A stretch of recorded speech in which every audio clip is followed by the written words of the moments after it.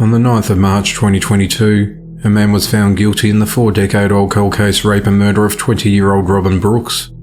It all began on the 24th of April 1980, when Robin had just finished a shift at a shop called Donut Time, near the corner of Keifer Boulevard and Tallyho Drive in Rosemont, California.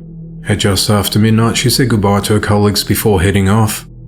She planned to go to a house party that night, but the last time she was seen alive was when she walked home to her apartment, which was just around the corner. Robin had only been living in Rosemont for about a month after moving from New York to live closer to her older sister. She had arranged a swim date with a friend later that morning, but she never made it. Her friend went to her apartment and knocked on the door, but there was no answer.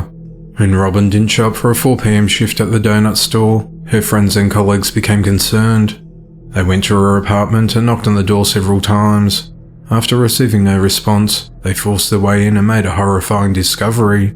They found Robin's lifeless, unclothed body bound and laying face down in a pool of bloody water on the waterbed that had been cut by her killer. She'd been raped and then stabbed 5 times in the chest, including one that fatally pierced her heart.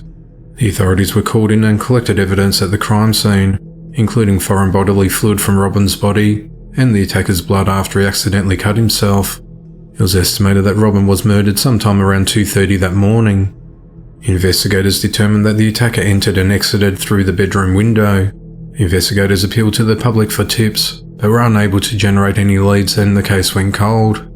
In early 2000, detectives entered the offender's blood into the CODIS DNA database, but there were no hits. In 2017, detectives partnered with DNA specialist company Parabon.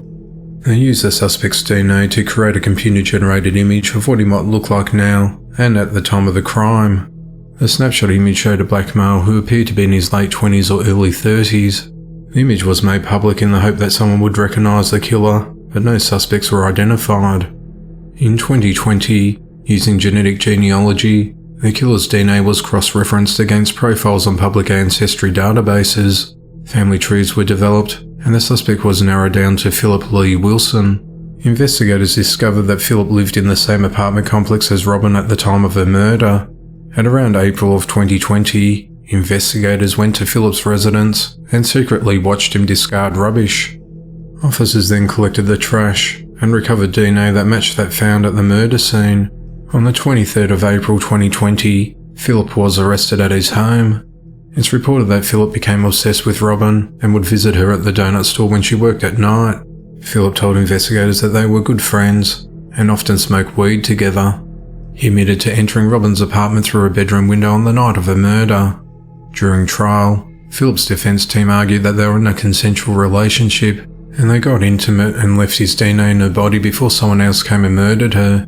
Philip's lawyer also argued that he worked in a warehouse where injuries were common, and his blood that was found at Robin's apartment was from a small cut he got at work. It was revealed that Philip had a criminal history, including a 1985 assault and battery charge, as well as drug possession, and he spent a year in jail.